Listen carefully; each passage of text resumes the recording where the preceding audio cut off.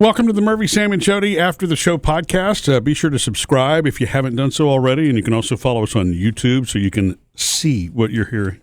One of our favorite things in the world, it just would not be the same for us at all without you and the way that you reach out and hearing from you. There's every way to do that. Text us, call us, email, comments on Messenger. You can do the talkback mic if you're listening to the podcast on the iHeartRadio app. There's a bunch of ways to do that. Sometimes when you reach out, it requires a little bit longer form than I think we can sometimes do in show. So the example being a message we got from Juan. We haven't heard from Juan in a little while. Oh, wow. So, hey, guys, I have a question for Murphy. Okay. Here's why it's long form, Juan. Great. Thanks. I've been in a leadership position for a few years now, leading around 45 people. Wow, Juan. That's but awesome. This week, that number about doubled. Oh, wow. I was wondering if you, Murphy, could recommend any books or tips that would help me with this. Thanks. You guys are the coolest radio people ever. Oh, Juan, we appreciate that. Thank you. Murphy is the man for that. So let me see if I can simplify, because I didn't realize that was, part of the question. Jodi had mentioned to me earlier that, we might be talking about leadership. I'm like, okay, I'll be ready. But, the thing is, when it comes to leadership books, it's more than just reading the ones that are about how to effectively manage people, because there's also, as a leader, you have to be able to strategize, you have to have vision, you have to make decisions. And this is all going to be easier said than done, because I certainly don't master this in any stretch of the imagination. But you, when you're selecting these different books, make sure that you know what skill it is that you want to work on first. Is it really about team building and having people execute? Because as a leader, that's really your biggest role. You can't do everything yourself, and that can be really difficult today in a world where a lot of companies are doing more things with fewer people. Yeah. But Juan, it sounds like you've got the opposite there, which you're doing more. Yeah, you've gone from 45 to 90 people. And so sometimes that's going to be about how to lead a team and making sure that you're empowering. And so I actually do have a couple of books I can recommend to you here in just a minute on that. And then the other part, though, is if it's your styling that you want to work on, if there are stumbling blocks and things that you run into that you want to grow from, there's another set of books and things to read on that. Styling, huh? Yeah, and I'll give you an example. And there are a couple of really good books on this. The latest one is called Radical Candor. Maybe you've heard about it. It was the trendy book. It's been a bestseller for a couple of years now. It's written by Kim Scott, and the book is really, it's a variation on a theme of a lot of things that we've learned in other books before, where you attack issues, not people. And that's really your biggest thing as a leader, is to make sure that you're solving a problem and you're not actually personalizing it in a discussion with somebody so that they feel bad, especially if someone has made a mistake, because mistakes wind up being the things that sometimes produce an accidental, brilliant discovery. Mistakes are the things that really can turn somebody around if they realize their mistake and they improve and they get better. And they learn from it, right. Usually. Yeah. And so Radical Candor is a great book when it comes to being a positive influence on leading others and how to approach it. Man, what would you say is your leadership style? I'm going to turn this back around on you. Do you know what your leadership style is, Murphy? I bet you can name it. Well, he does attack the problem and not the person. Yeah. Well, yes, he does. Yeah, I agree. I wonder would you be able to describe your management style? I think it's changed over the years because you learn from your mistakes. Okay. I think, my management style is about seeing things from the other person's perspective first, so that I'm actually hearing what their concern is, so that I'm not prejudging the decision. If I don't see something from somebody else's perspective first, then I'm seeing it from mine, which can be completely wrong, because none of us are mind readers. So you have to ask questions and you have to listen and give somebody a chance. For example, it's the workplace can be a very stressful place. Mm-hmm. And I think as a leader, you have to be a safe space to let somebody come in, express what they need to express. Then once they've gotten that part out of their system, then you help to redirect. And Sam, you've seen that. Sometimes when that happens in a room full of others. You mean when I've made mistakes? When it happens in a room full, of others, sometimes you have to be careful about how you approach that, because it's not everybody else's problem in the room, and you have to steer that. You can't derail an entire meeting because somebody has kind of gone off the deep end, but you do want to be a safe space for that person, and and not judge them. So I think seeing things from another perspective, giving people that safe space, and understanding that you're really separating the person from the problem is something that I've always strived to. But I have not been perfect at that, because I'm also very passionate leader, as you both know. When I'm confident and I'm inspired, that's the way I genuinely feel, and I act towards others. And I want people to feel and sense that same excitement that I have when I believe where something's going.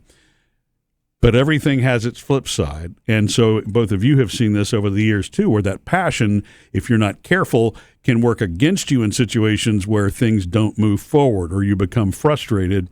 And it's easy to then let the stress of everything start to get to you. And if that starts to leak out of you as a leader, and you start to become more emotional, biting and emotional to those who you're, then, honestly, one of my favorite leadership things is really what Jodi says, and it's true. What? Is that the energy that's in a room is usually brought in by the people who are in there, and the leader is the one who's going to absolutely set that tone. Mm-hmm. Sadly, somebody who's not the leader can walk in and set the tone if you're not careful, and the leader's the one that kind of needs to redirect that.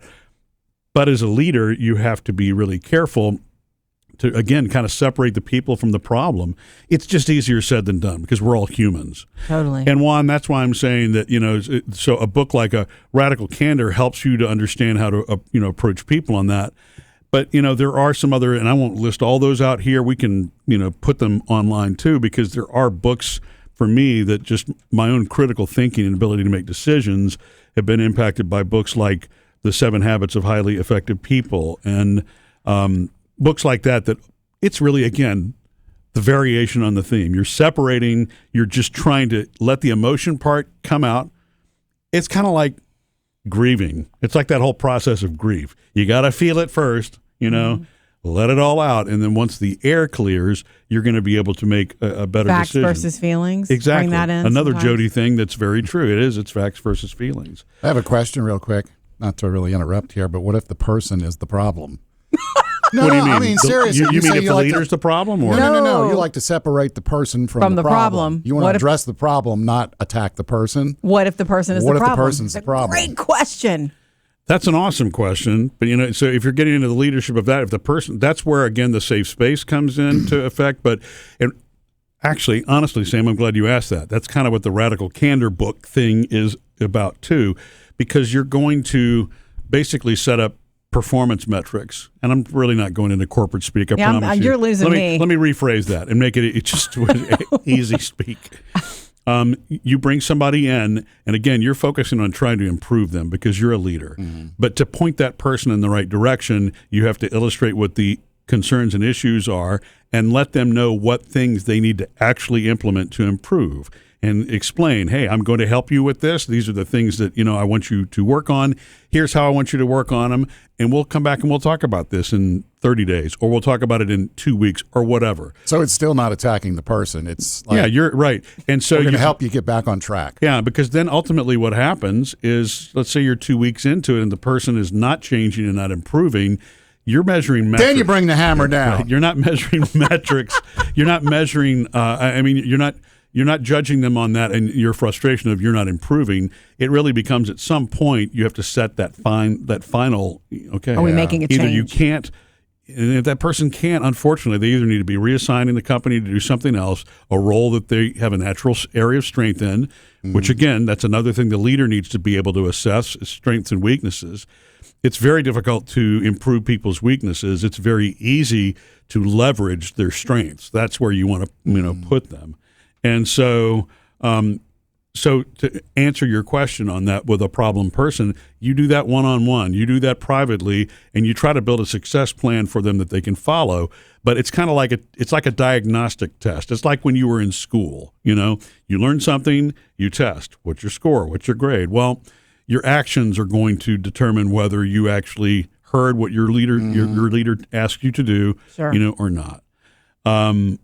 And that's tough, man, because the humane part of me is always erred to over the years.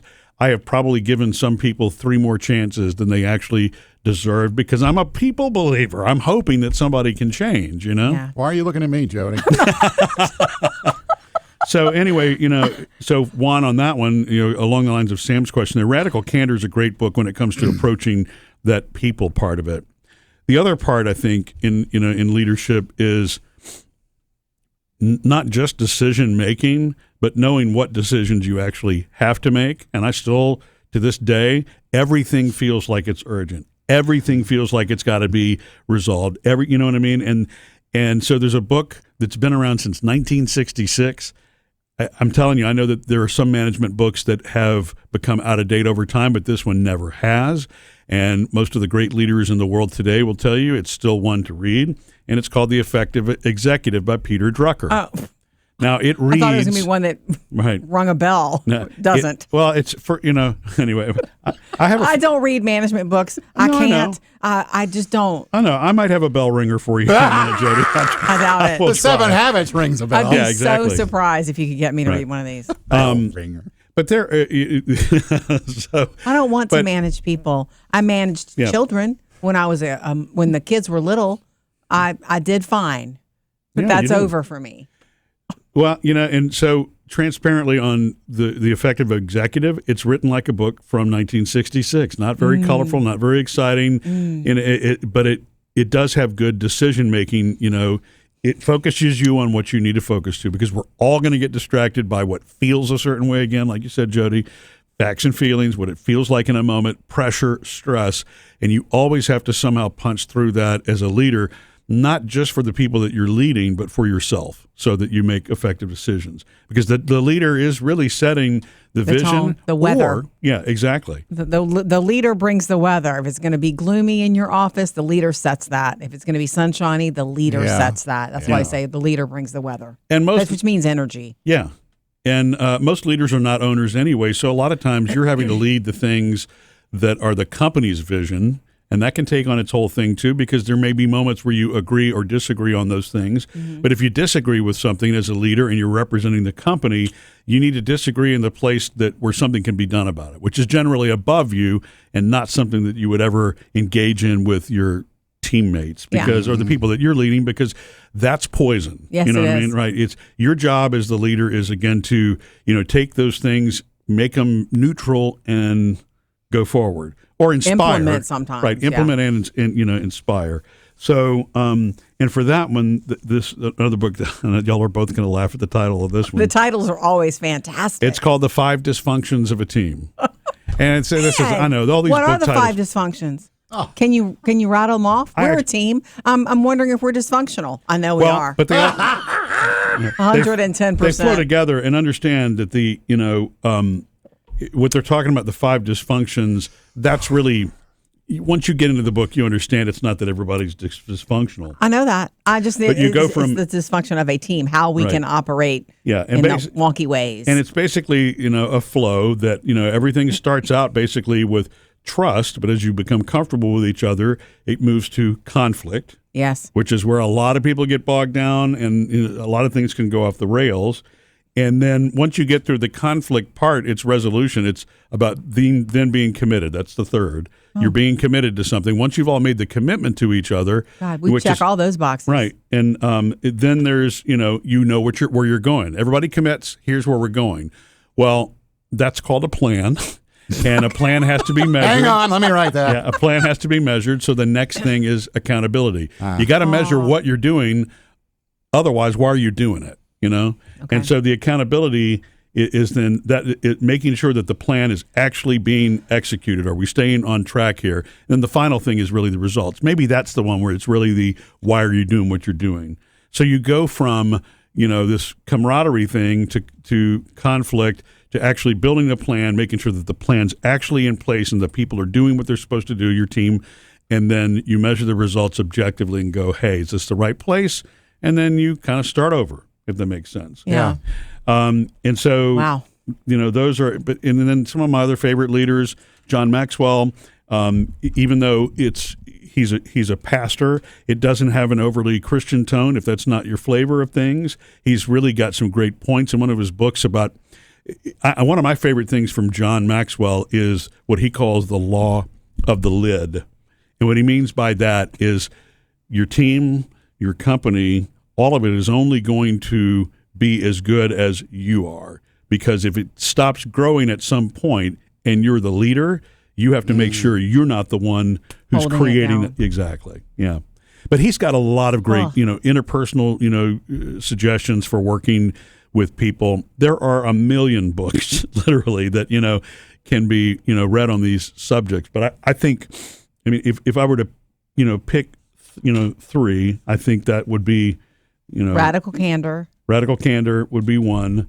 Can't remember the others. Executive, Habits. some sort of executive. So, 7 Habits, again, is not technically a leadership book, but, the 5 Dysfunctions of a Team, like we were talking about, and then Peter Drucker, The Effective Executive, which is, again, just about decision making. That sounds like an old Disney movie, doesn't it?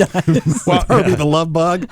Have you ever read older books, though, and you just kind of you have a tough time with them because they don't read with the same kind of interest level that you have today?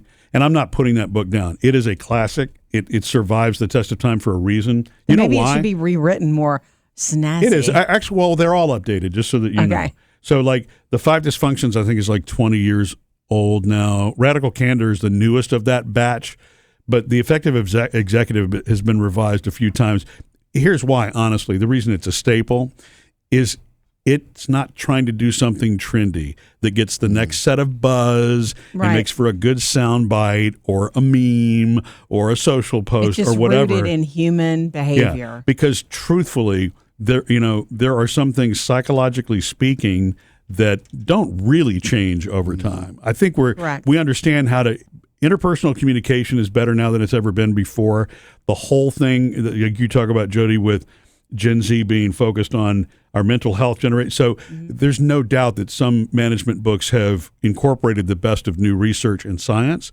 But just in terms of running a business in general, the fundamentals don't, change. You either make a product that people want to buy or they don't. And if they don't buy it, the company doesn't make money. And if the company doesn't make money, it doesn't exist. Right. It's about a product and it's about selling the product. Look, that's what turns me on in life, the basics. Yeah. I'm serious. That's what lights me up because they don't change their law. Yeah. And you can't learn them enough. You need to be educated on them all the time for some reason. I will tell you this. I'm glad you gave these examples for Juan and for anybody listening to this. I hope it wasn't too boring. But here's what's up. Here's what I know for sure. I've lived with you for a long time, so these books are everywhere in our house. I have a lot of books, and you have a lot of books, and mine are all fiction. I want to escape when I read, and his are all management or whatever. I've snuck a few of your books. I like them. Yeah, some of them are saucy. But I will say this: the 1 or 2 times that I've picked up one of your books, I can tell you if it's a management book or some sort of book like that, it has to have storytelling. Give me an example. Tell me that separate the person from the problem, but then give me a story, and I'm there. Yeah. My brain lights up with storytelling, but if it's only separate the person, here's why, I'm snoozing. Yeah. And I found that to be true because I picked up one time and I thought, well, this is not so bad because there are stories accompanying every point. Yeah. So that's the only way for me. Well, you've joked with me before, and it's true that I will get into some books and then I will put them down. But here's the truth on a lot of these business books. You certainly can read cover to cover, but there are a lot of these books, these management books, that are designed for you to go to the chapter that you need at the time that you need it. Like a reference book. Yeah, exactly. And if you're able to get through it all the way, great. Most of mine, I think. But most of mine that are of value to me have dog-eared pages or bookmarks or highlights or things like that for things that I know are either the areas that I want to work on. So, yeah, don't feel bad, Juan. If you grab one of these and you're like, I can't get through this without falling asleep, don't feel pressured. Give yourself the time. The right chapter will speak to you at the right moment of what it is that you're actually needing. But that's the way most of these books read. And a lot of them, Jodi, like you're talking about, even if they do tell stories, some authors tell probably more stories than they need to make the point. I don't know if that's their editor saying they want the book to be 200 pages instead of 100 or whatever it is. But storytelling is so important for me for retaining it. Right. And I agree with that, because most of the things that have stuck with me are the stories of things over the years, brand successes. That's not going to change. That's human nature. It's the reason I can tell you that, when somebody will bring up Southwest Airlines, for example, and the story of that versus them talking about a corporate way to do things is what sticks in my mind. And that was they only fly, and they still only fly, one kind of jet. Mm-hmm. Up until recently, it was only one kind of seat, and you had to pick it yourself. Now, of course, they have, again, that's an example of times changing, and in flight becoming more expensive. But again, those things stick out because the story was told in a way that it resonated. So you're exactly right, Jodi. Well, thank you for the recommendations, not just for Juan, but for anybody who needs this. Because, there are a lot of people who are in jobs who reluctantly took management on. Yeah. Anytime I've ever been asked to sort of manage, we've done that over the years. I'll sort of be managing up someone, and it's, I think that's very common. Good with kids, great with kids. You've been. Yeah, I mean, look, I hope it's helpful. I am by no means an expert. I just want to, put that. But you're an effective executive.